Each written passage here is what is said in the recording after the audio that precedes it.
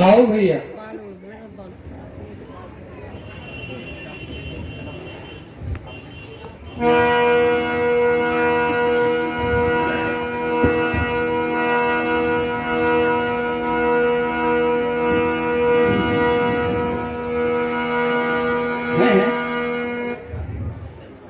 यह मैं क्या देख रहा हूं?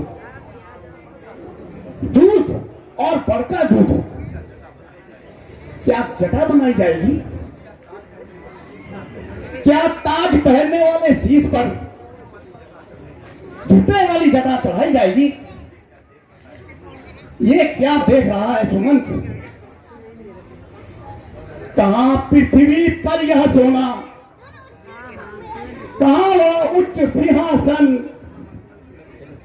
कहां मखमल के वे गद्दे, कहां यह धूल का आसन? कभी जिस शीश पर मैंने मुकुट की छटा देखी, उसी शीश पर गिरा दी आज मुनियों की यह जटा देखी। यह क्या देख रहा है सुमन? मंगवा कर बड़का दूध वहां सिर जटा बनाई रघुवर ने, बिजली के साथ साथ बदलिया उठाए रघुवर ने।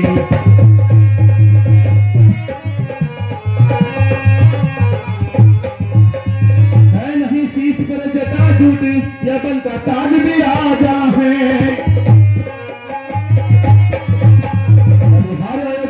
राजा इस समय बना बन राजा है।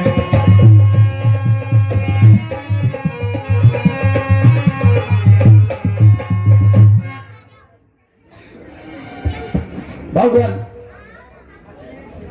अब यह सब देखा नहीं जाता। भगवान, अब आप तीनों अयोध्या लौट चलो। हो गई रानी की आज्ञा, अब बन गए सरकार विराज चुके। बहु तेरे हृदय के गगन तेरे,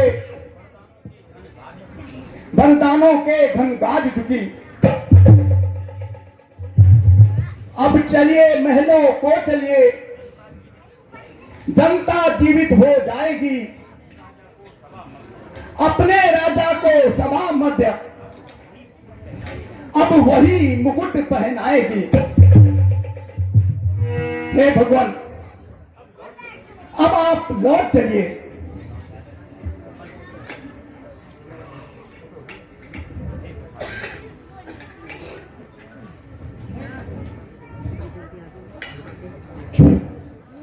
हे सखा सुमंत जी,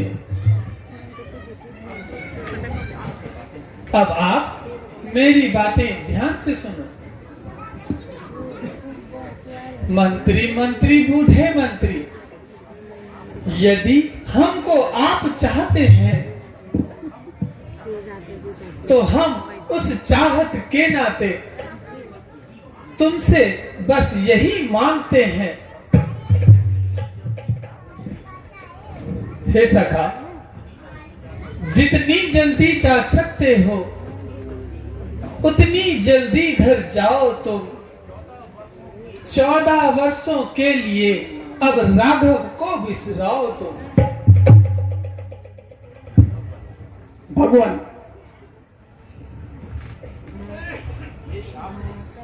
मेरी आपसे एक प्रार्थना है। यदि आप नहीं जा सकते हैं तो सुनो भगवान।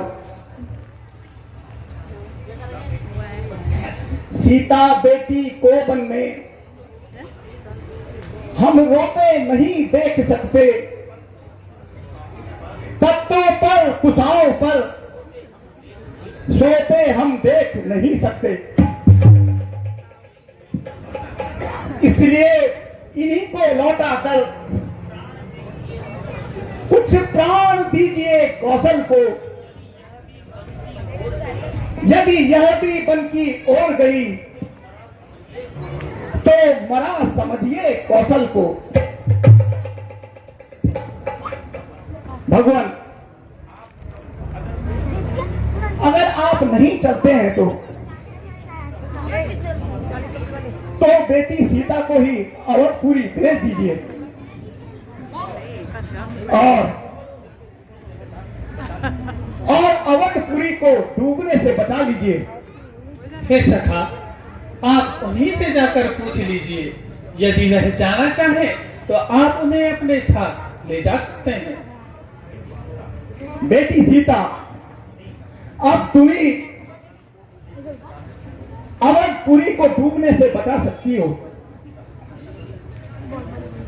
नहीं नहीं मंत्री जी, ऐसा नहीं हो सकता। जिस प्रकार सोने की चमक कभी सोने से अलग नहीं हो सकती, ठीक उसी तरह चरणों की रेखा चरणों के धोने से अलग नहीं हो सकती।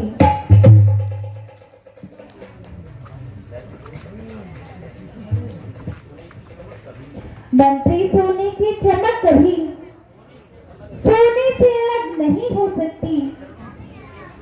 चरणों की रेखा चरणों के धोने से अलग नहीं हो सकती। चांदनी चांद के संग रहती है, बिजली घन के संग रहती है, पत्नी पति की अनुगामिनी है, जब सृष्टि तलक यहाँ कहती है। और सुमंत जी, और सुनो, है